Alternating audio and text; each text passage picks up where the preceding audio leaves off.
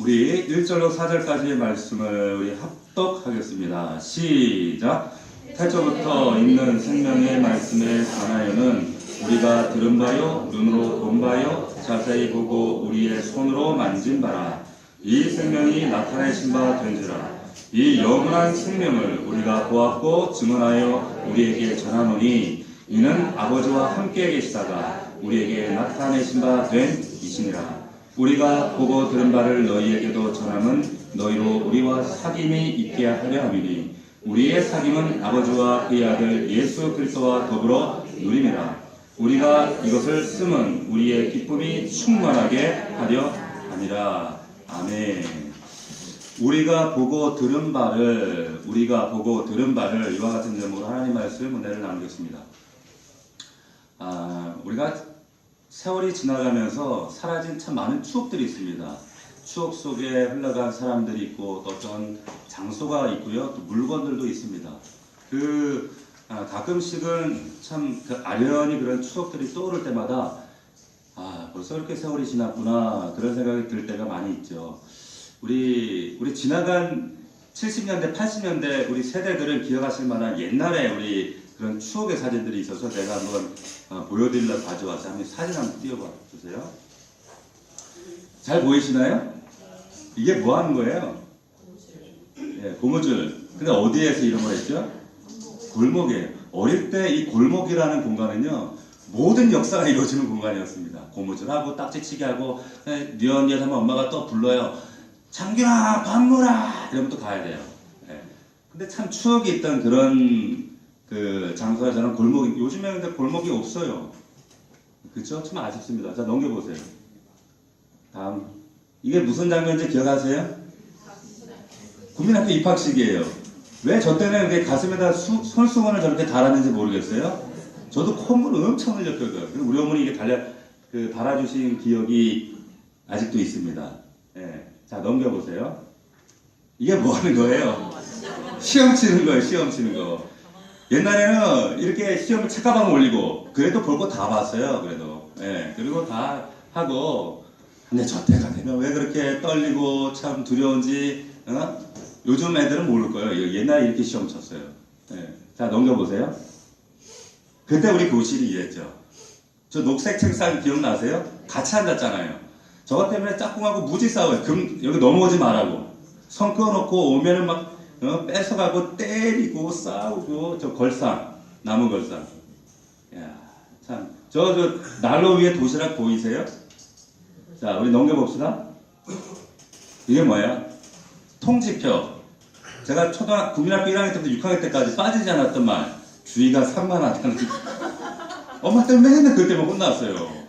너 어떻게 이 말에 빠지지 않냐 하면서 이것만 빠지면 자전거를 사준다 그러셨는데 결국 자전거를 못 샀어요. 참 이게 통제표 때문에 진짜 참 애환이 많았습니다. 넘겨보세요. 이게 뭘까요? 이거 기억나세요? 체면봉투.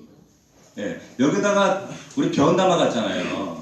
이 변 이것도 잊어먹고 안 가져가가지고 학교에서 혼나고 그리고 또 화장실 가서 담아와! 이래갖고 또 화장실 가서 가에 떨어진 아무나 변 이런 거 담아다가 갖다 내고 그래갖고 그냥 검사 결과가 또 이상하게 나와요 또. 이상한 걸 주워 담아가지고 내니까. 그러고 살았습니다. 이게 불과 추억 속에 참 얼마 전의 사건들이에요. 넘겨보세요. 이 언니 아세요? 포스가 장난 아니죠? 예. 이 버스에 이런 안내양이 있었어요. 어라이! 어라이! 했던 언니. 회수권 받고 토큰 받던 그 언니였습니다. 저 아저씨 꼭 고영학 집사님 좀 닮지 않았어요? 저 언니, 저 넘겨보세요. 이런 버스 타고 다녔어요. 야, 옛날에 어떻게 저러고 다녔나 모르겠어요. 불과 얼마 전이었어요. 넘겨봅시다. 추억의 도시락. 근데 이게 사실 이러고 다니지 않았죠. 반찬을 어떻게 해요? 밑에 깔아요. 밑에 깔았어요. 왜? 친구들 뺏어 먹기 때문에 저 소세지 계란을 밑에 깔고 밥을 위에다 이렇게 했죠. 그래가지고 먼저 열면 이제 서로 뺏어 먹고 이랬죠. 넘겨보세요. 야, 우리 저 밥을 보온 도시락이 없으니까 저렇게 먹고 다녔어요. 저런 그 노란색 도시락을요 2개씩 3개씩 이렇게 싸가지고 다녔어요. 예, 예. 이게 불가요? 30년 전입니다. 불과 30년 전. 우리 어릴 때의 모습입니다. 참 이런 추억들이 누구나 다 있지요.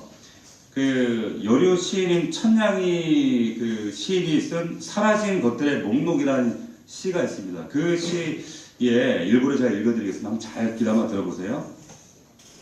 골목이 사라졌다. 골목 앞 라디오 수리점 사라지고 방범대원 딱딱이 소리 사라졌다.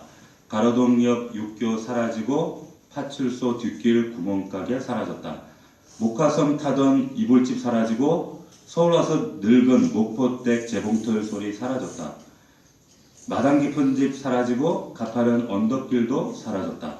돌아가는 삼각지 로타리가 사라지고 고전음악실 르네상스 사라지고 술집 석굴암이 사라졌다. 귀거래 다방 사라지고 동시상영관 아카데미하우스 사라졌다. 문화책방 사라지고 물레방딸이 사라졌다. 대한 리우스 사라지고 형님 먼저 아우 먼저 광고도 사라졌다. 네. 자, 이 세월의 흔적 속에 사라져버린 추억들입니다. 어느 순간에 사라졌어요. 그리고 지금도 사라지고 있습니다. 세월의 흐름을 이겨내지 못하고 지금은 아련히 떠오르지만 이제는 역사의 뒤안길로 사라졌습니다. 세상의 모든 것들이 사라집니다. 기업도 마찬가지입니다. 우리 1965년도에 이 100대 기업 가운데 오늘까지 남아있는 기업이 10개가 채 안 된다고 그럽니다. 지금 기업들의 평균 수명이 30년이에요. 평균 수명이 설립 후에 30년 안에 살아남는 회사가 80%, 없어지는 회사가 80%, 그리고 평균 수명이 13년이라고 합니다. 자, 기업들 뿐이겠습니까? 저와 여러분들 마찬가지예요. 사람도 마찬가지입니다. 한때 세상의 위명을 떨치던 사람들이 어느 순간 한 줌의 흙으로 사라지고 들려오는 소식이 돌아가셨습니다. 이런 소식만 들려옵니다. 저와 여러분들도 예외 없이 지금 이 자리에 계신 분들 가운데 50년 후에 이 자리에 있을 만한 사람은 얘밖에 없어요. 아마도 거의 50년 후에는 이 자리에 없습니다. 사라지지 않고 남는 것이 없습니다. 그런데 오늘 성경에 보면 사라지지 않고 남는 게 있어요. 오늘 그 얘기를 좀 해보려고 합니다.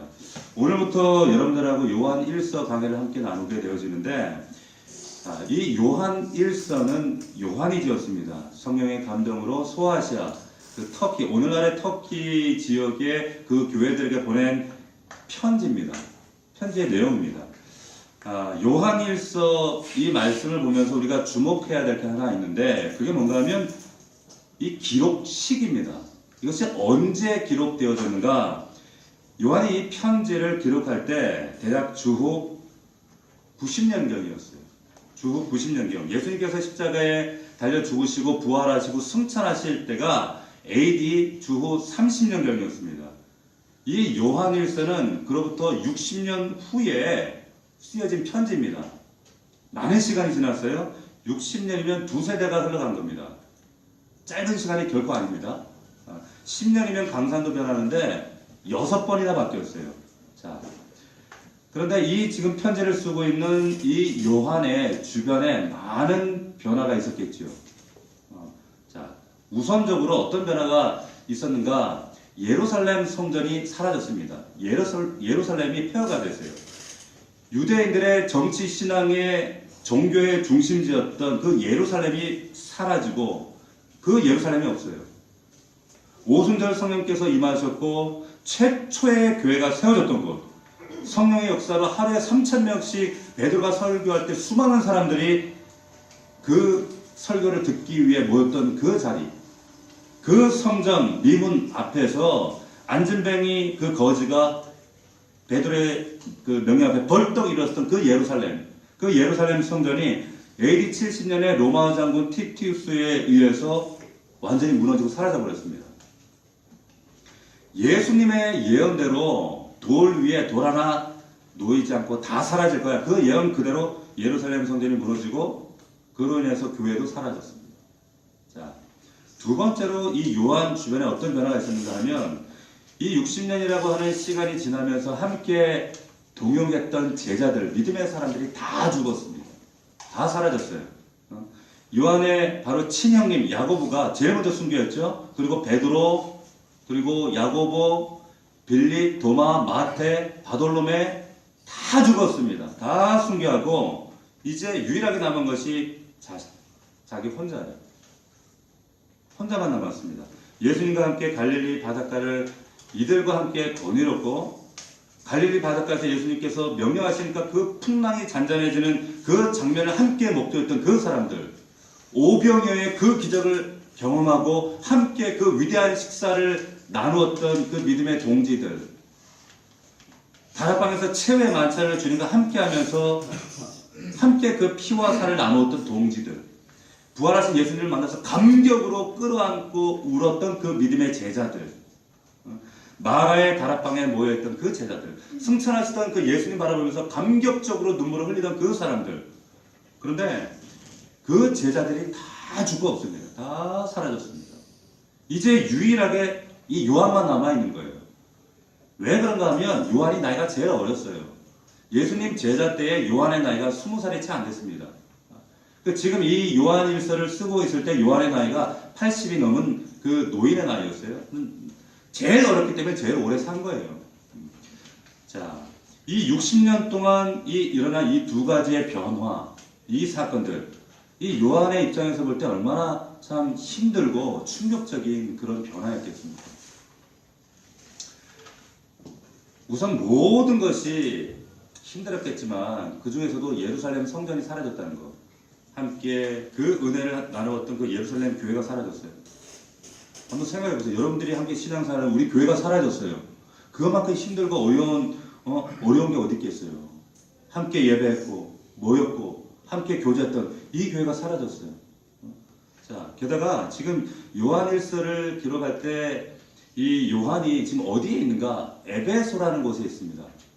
지금 이 에베소로 가는 것은 그 터키의 서부 해안 지역입니다. 이곳은 로마의 식민지였지만 수십만 명이 산 대도시였어요. 근데 유대인들이 없어요. 물론 유대인들이 소수의 디아스포라 흩어진 유대인들이 있었지만 대부분이 이방인들이죠. 아는 사람이 없어요. 그나마 남아있던 그 유대인들도 오히려 복음을 반대하고 핍박하는 그런 적들이었습니다. 얼마나 외롭겠어요. 힘들었겠어요.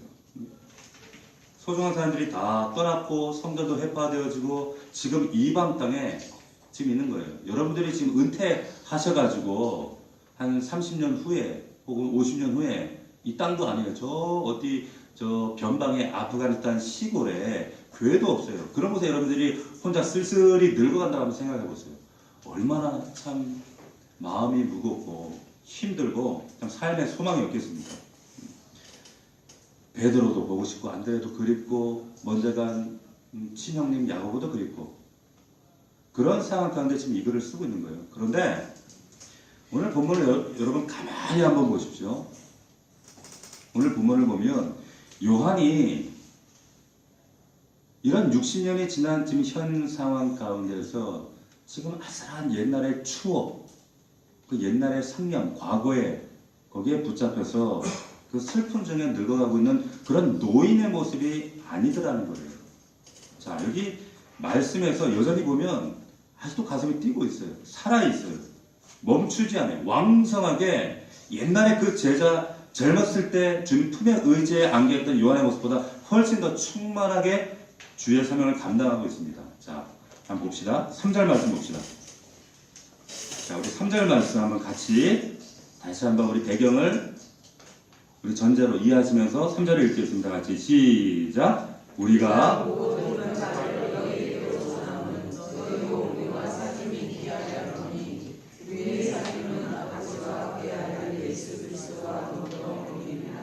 자, 여기 보세요. 우리가 보고 들은 바를 너희에게 전함은 이 노구의 몸을 이끌고 지금도 계속 전하고 있어요. 4절 앞에도 보면 우리가 이것을 쓰면 계속 쓰고 있어요. 말씀을 기록으로 남기고 있다는 거예요. 다시 말하면 그 80이 넘은 노인임에도 불구하고 오히려 젊을 때보다 더 왕성하게 복음을 전하고 편지를 써서 하나님의 복음을 왕성하게 전하고 있더라는 거예요. 과거의 추억에 옛날을 그리워하며 쓸쓸하게 늙어가는 그 노인의 모습이 아니라 오히려 옛날에 그때보다 더 나은 그런 제자의 모습이에요. 자, 그렇다면 요한이 어떻게 이렇게 변함없이 60년이 지났음에도 세상이 변하고 믿음의 제자들도 다 떠나고 예루살렘 성전 무너지고 그런 변화된 삶 가운데 여전히 이런 영적인 힘과 능력을 잃지 않고 복음을 전하면서 살 수 있었을까? 자, 1절 말씀 봅시다. 자, 1절 말씀 같이 읽습니다. 시작. 태초부터 있는 생명의 말씀에 관하여는 우리가 들은 바요 눈으로 본 바요 자세히 보고 우리의 손으로 만진 바라. 자, 요한이 태초부터 있던 말씀을 들었고 눈으로 보았고 손으로 만졌다는 거예요. 자, 생생한 신앙을 가지고 있었어요. 그런데 좀 이상해요. 자, 뭐가 이상한가? 어법상으로 말씀을 들었다는 것은 이해가 돼요. 그런데 말씀을 눈으로 보고 만졌다. 이 만졌다는 것은 뭔가 어법상으로 맞지가 않아요. 이상해요. 이게 무슨 뜻일까요? 말씀이 물건도 아닌데 어떻게 보고 만질 수가 있어요? 자, 여기서 이 요한이 말하는 말씀이 무엇인지를 알아야 돼요. 자, 요한복음 우리 1장으로 한번 가보겠습니다. 요한복음 사도 요한이 같이 함께 썼던 요한복음 1장으로 함께 가보겠습니다. 1장 1절 말씀 140이면 같이 합독합니다. 시작. 태초에 말씀이 계시니라. 이 말씀이 하나님과 함께 계셨으니 말씀이 누구예요? 하나님이세요. 이 말씀이 하나님과 함께 계셨는데 그 말씀이 하나님이시라는 거예요. 여기서 말씀은 고막을 진동시키고 공기 중을 떠다니는 이런 소리가 아니라 사라지는 소리가 아니라 하나님이다 이렇게 가르쳐 주는 거예요. 자, 더 놀라운 말씀은 그 하나님께서 말씀이 이 땅에 오셨다는 거예요. 자, 그 말씀이 1장 14절 말씀이에요. 요한복음 1장 14절 우리 같이 한번 읽어볼까요? 시작. 말씀이 육신이 되어 우리 가운데 거하심에 우리가 그의 영광을 보니 아버지의 독생자의 영광이요 은혜와 진리가 충만하더라. 잘 보세요.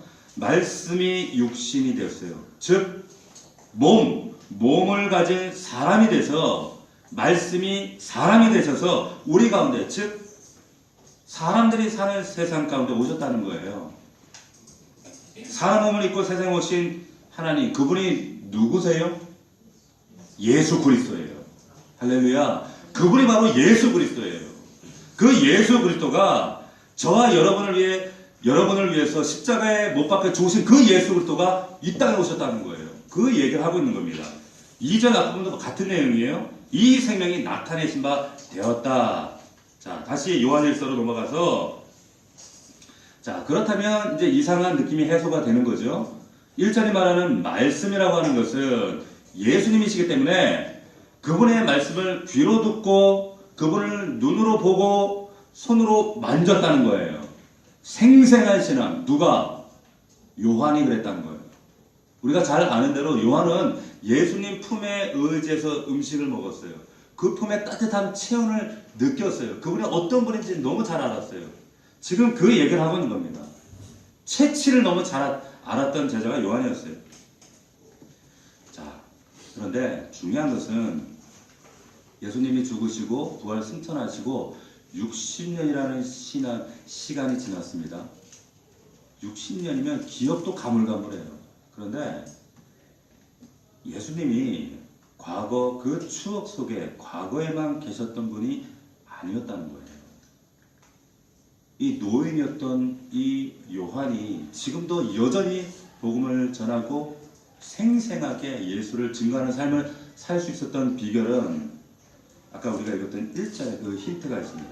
1절을 보면 태초부터 있는 생명의 말씀. 그런데 여기 보면 태초부터 있었던 생명의 말씀 과거형이 아니에요. 뭐라고 얘기합니까? 태초부터 있는 생명의 말씀이에요. 무슨 말인가? 여기 있는이라는 이 동사는 헬라 문법에 보면 헬라 문법에는 영어문법으로 말하자면 현재 진행형이요. 미래 완료 과거예요. 그때 계셨던 예수님이 지금도 변함없이 계시다는 거예요. 이것이 요한이 기쁨과 능력 가운데 사명을 감당할 수 있었던 비결이 여기 담겨 있습니다. 계속 함께 하신다는 거예요. 생명의 말씀이신 예수님께서 과거 한때만 존재하셨던 것이 아니라 태초부터 지금까지, 그리고 60년 전 갈릴리에도 60년이 지난 지금 여기 내가 살아 숨쉬고 있는 이 에베소에도 지금 내 안에 한 번도 존재한 적이 없으신 분이 아니라 변함없이 계속적으로 나와 함께 하시는 예수 그리스도. 그래서 80 먹은 노인 그 요한이 변함없이 하나님 사명을 붙들 수 있었던 비결이 여기 있는 거예요. 믿으시길 축원합니다. 태초부터 있는 생명의 말씀. 이게 능력이에요. 여러분, 예루살렘 성도 사라지고 사랑했던 동지들, 제자들, 형제들도 사라지고 멀리 지금 에베소 홀로 지금 노인으로 지금 살아가고 있는, 그런데 조금도 굴하지 않고 사명 감당하고 있는 이 요한의 능력의 비결은 여기에 있어요. 이게 첫 번째 능력입니다. 그분이 여전히 내 안에 살아계셔요. 추억도 사라지고 건물도 사라지고 또 우리와 함께했던 옆에 있는 이 믿음의 사람도 다 사라집니다.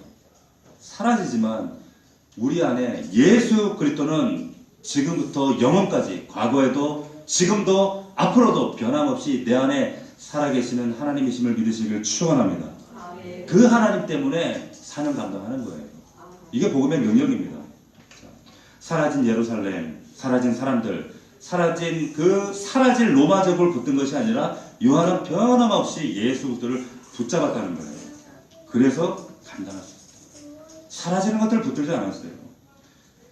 자, 두 번째로 요한이 반세기가 지나도록 노인이 되었음에도 불구하고 여전히 주님의 사도로 살 수 있었던 그 믿음의 능력의 비결이 뭔가? 그 비결이 오늘 여기 말씀해 보면 힌트가 있어요. 또 뭔가 우리라고 하는 단어입니다. 우리. 자, 여기 우리가 읽었던 1절부터 4절까지의 말씀 보면 제일 많이 반복되는 단어가 있어요. 그 단어가 우리라고 하는 단어예요. 무려 9번이 나옵니다. 우리. 자, 여기 1절에 태초에 있는 말씀에 관하여는 우리가 들은 바요, 눈으로 본 바요, 자세히 보고 우리의 손으로 만진 바라. 자, 2절에도 우리가 보았고 증언하여 아버지와 함께 있다가 우리에게. 3절에 우리가 보고 들은 바를 너에게 전함은 우리와 사귐이 있게 하려고. 우리의 사귐은. 자, 4절에도 우리가 이것을 쓰면 우리.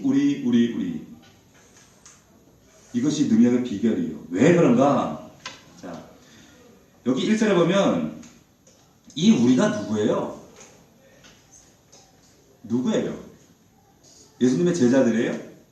여기 보면 들었고 보았고 만졌고, 근데 만진 사람은 요한 한 사람밖에 없잖아요. 그렇다면 여기 이 말씀을 우리라고 복수로 쓰는 것이 아니라 단수로 쓰는 게 맞죠. 내가 들었고 보았고 만졌다 이렇게 쓰는 게 맞아요. 그렇다면 왜 우리라고 했을까요? 왜 그랬을까요? 여기 우리는 과거에 지금 이제 이 땅에 사라져버린 그 제자들을 말하는 게 아니에요. 믿음의 공동체 안에서 이제 제자들처럼 육신으로 예수님을 보고 만지고 들은 그런 제자들은 다 없지만 이제 영으로 예수 그리스도를 눈으로 보고 만지고 경험하는 자들, 그 믿음의 공동체를 말하는 거예요. 그 공동체가 이제 우리라고 하는 이름으로, 교회라고 하는 이름으로 그것이 우리에게 능력이 된다는 거예요. 이 우리가 누굽니까? 저와 여러분이에요. 자, 그들이 지금 뭘 하고 있어요? 우리라고 하는 그들이 지금 뭘 하고 있습니까? 자, 3, 4절 우리 다시 한번 봅시다. 3절 제가 읽습니다. 잘 보세요. 아주 집중해서 그 우리라고 하는 것이 사도 바울이 이 요한이 60년이 지나도 변함없이 복음을 붙들고 사명을 붙들고 흔들리지 않고 살 수 있는 비결이었는데, 그들 우리라고 하는 공동체가 뭘 하고 있는가? 우리가 보고 들은 바를 너에게 전함은 너희로 우리와 사귐이 있게 하려 함이니 우리의 사귐은 아버지와 그의 아들 예수 그리스도와 더불어 뭘 해요? 누리는 거예요. 신앙생활은 그래서 누리는 겁니다. 여기에 비결이 있어요. 여기에 교회의 능력이 있어요. 자, 우리의 사귐은 아버지 그의 아들 예수 그리스도와 더불어 누리는 거야, 이렇게 얘기를 하세요. 자, 이것이 교회고 목장이라는 거예요. 목장 안에서 사귐이라고 하는 것은 세상 사람들처럼 모여가지고 커피 마시고 남편 자랑하고 평수 자랑하고 그런 세상 얘기하는 자리가 아니라 이 사귐은 예수 그리스도와 더불어 누리는 자리가 바로 목장 모임이에요. 그것이 바로 교회입니다. 정치 얘기하고 시사 얘기하고 내 자랑, 집 자랑하는 자리가 아니라 그 안에서 세대가 변했어요. 사랑하는 사람들이 떠났어요. 환경이 요동치고 그럼에도 불구하고 변함없이 나와 함께 하시는 예수 그리스도, 그분을 중심으로 함께 공동체가 사귀고 그 사귐을 통해서 전하고 나눔이 있는 자리예요. 누림이 있는 자리예요. 이것이 교회요, 이것이 목장인 줄로 믿으시길 축원합니다. 이걸 놓치면 교회가 모여서 괴람에 세상 얘기만 하는 거예요. 목장이 모여서. 목장이 시작됐습니다. 목장이 뭘 해야 될지를 여러분들이 잘 집중하셔야 돼요. 자, 이곳에서 예수가 전해집니다. 생명이 전파됩니다. 1세기 초에 초대교회가 이제 확산되고 그 가운데 그 교회 안에 아주 이단 때문에 몸살을 앓았어요. 그 대표적인 이단이 영지주의라고 하는 이단이었습니다. 이 영지주의가 뭔가 하면 예수님께서 이 땅에 육신을 입고 오셨다. 이 성육신을 부정합니다. 부활을 부정합니다. 그렇기 때문에 하나님 아들이심도 부활해요. 그러니까 예수의 십자가의 공로, 십자가를 부인해요. 모든 이단들의 원조가 사실은 영지주의예요. 이 영지주의가 말하는 구원의 방법은 그노시스라는 거예요. 뭐냐? 영적인 그노시스, 이 말은 영적인 아주 아름다운 지혜가 있는데 이것을 얻어야 십자가 가지고 안 돼. 예수 그리스도만 가지고 안 돼. 플러스 그노시스가 있어야 돼. 이 신령한 지혜를 얻어야 구원받을 수 있다. 이렇게 가르쳤어요. 교회 초대교회 전체를 흔든 아주 이단의 원리 중에 원리입니다. 오늘날의 이단의 그 뿌리도 사실 이 그노시스에 관련된 것들이 굉장히 많이 있어요. 이 영지주의 이단이 당시에 그 헬라 철학자들과 결합해서 아주 지적 욕구가 강했던 상류층에 침투합니다. 그래서 이게 빠르게 막 확산되어 나가는데, 교회가 이것 때문에 아주 골머리를 앓았습니다. 이때 이 영지주의 이단에 맞서서 교회의 진리를 수호하기 위해서 싸웠던 인물이 이레니우스라고 하는 목사가 있었습니다. 이 이레니우스가 프랑스 리옹의 목사였습니다. 그의 스승도 목사였는데 그 스승이 포티노라고 하는 목사님이셨어요. 이분이 순교하고 이어서 이레니우스가 됐습니다. 이 이레니우스가 이 프랑스 리옹의 목사로 있으면서 이단 논방이라고 하는 아주 유명한 그 변증 책을 저술하게 됩니다. 자, 이 이레니우스가 어떻게 이 투철한 복음의 진리를 수호하면서 이런 귀한 믿음의 사람으로 설 수 있었을까? 이 이레니우스가 좋은 스승을 만났기 때문이에요. 그 스승이 누군가 하면 유명한 순교자 폴리갑이에요. 자, 폴리갑 들어보셨죠? 자, 폴리갑이 누군가 하면 요한계시록 2장 3장에 보면 소아시아의 7교회가 등장을 합니다. 거기에 보면 서머나 교회가 등장을 해요. 그 서머나 교회, 요한계시록을 그 1세기 말에 요한이 쓸 당시에 그 수많은 그 7교회들 가운데 유일하게 책망받지 않은 교회였어요. 칭찬만 들었던 그런 교회였는데 수년 후에 이 폴리갑이라고 하는 순교자가 나오게 된 교회가 바로 서머나 교회입니다. 이 폴리갑이 어떤 사람입니까? 155년 서기 주후 155년 2월 23일에 소아시아의 큰 도시였던 이 서머나의 그 중앙 광장에 이 장대가 세워집니다. 그 장대에 이 폴리갑이 묶였어요. 그리고 화형식을 하는 거예요. 이 100발의 노인이 묶여 있는데 유대 그 역사가였던 유세비우스라고 하는 사람이 그의 그 역사 사례입니다. 지금도 남아있는 역사적인 아주 기록물입니다. 거기 교회사에 보면 이 폴리갑이 화형대 위에서 드려진 기도문이 있어요. 자, 한번 들어보십시오. 오늘 이 순간 나를 귀하게 여기셔서 수많은 순교자들의 반열에 세우시고 영혼과 육체가 영원한 생명으로 부활하도록 그리스도의 잔에 참여하게 하시니 당신 앞에 기름지고 살진 번제가 되게 하소서. 자, 이 화형식을 거행하는 그 순교의 순간에 그 로마 집정관이 이렇게 회유합니다. 당신 나이도 많고 고령인데 한 번만 그리스도를 부인하면 풀어주겠소. 이런 이야기를 할 때 폴리갑이 뭐라고 하는가 하면 지난 86년간 그리스도께서 단 한 번도 나를 부인하신 적이 없습니다. 그런데 내가 어떻게 그분을 부인할 수 있겠습니까? 장렬하게 순교해요. 그가 폴리갑입니다. 자, 이레니우스가 이단과 맞서서 그런 위대한 일들을 했어요. 그의 스승이 바로 이 위대한 폴리갑이에요. 그렇다면 이 폴리갑은 이 믿음의 유산을, 이 귀한 순교자의 믿음을 어떻게 가지게 되었을까? 이 폴리갑의 스승이 바로 우리가 지금 읽고 있는 이 사도 요한이에요. 사도 요한의 제자가 바로 폴리갑입니다. 폴리갑의 제자가 이레니우스예요. 자, 요한으로부터 이 복음의 진리, 이 생명을 바로 전달받았어요. 사교였어요. 그래서 이 위대한 폴리갑이 나온 겁니다. 자, 3절, 4절 말씀 우리 다시 한번 봅시다.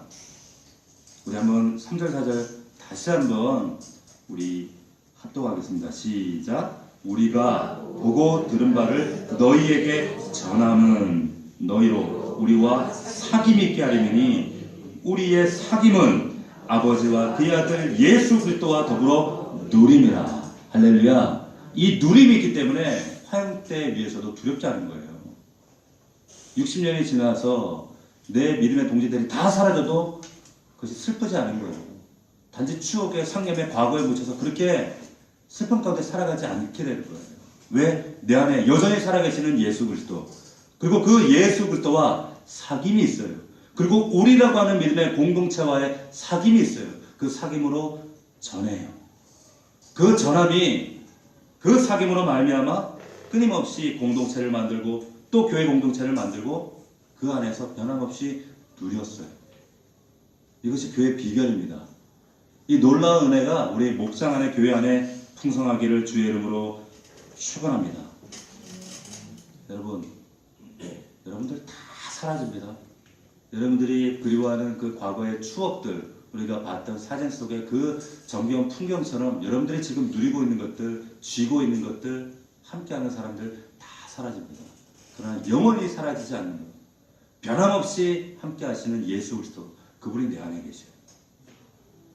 그분 때문에 우리가 흔들리지 않는 겁니다.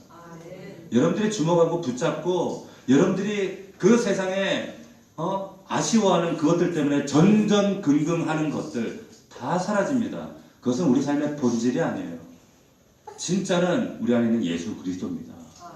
그 예수 그리스도를 붙들고 세상은 흘러가고 추억 속에 묻히고 내 주변에 있던 사람들도 하나 둘씩 다 사라져 가지만 그 예수님은 영원히 내 안에 계시고 앞으로도 영원히 계시고 그 신앙의 유산이 우리 자녀들 안에도 여전히 살아서 그 나눔이, 우리라고 하는 공동체 안에서 함께 우리의 사귐은 그리스도 안에서 누림이 되는 거예요. 그것이 교회로 남습니다. 우리 넘치는 교회 유산으로 남습니다. 이 놀라운 은혜, 놀라운 축복, 여러분들 것이 되기를 주의 이름으로 축원합니다. 변화무쌍한 세상, 언젠가는 흘러 사라져버리는 세상 바라보지 마세요. 거기 집중하지 마세요. 전전긍긍하고 너무 연연하지 마세요. 예수 그리스도 집중하세요. 바라보세요. 세상은 하나님이 누리라고 주신 거지 거기에 목숨 걸러 주신 거 아닙니다. 남은 삶이 믿음 안에서 정말 주님께 집중하고 우리에게 허락하신 우리 넘치는 교회 이 공동체 안에서 함께 사귐과 누림으로 오직 예수를 붙잡고 우리가 믿음 안에 승리할 수 있는 저와 여러분들이 되기를 주의 이름으로 축원합니다.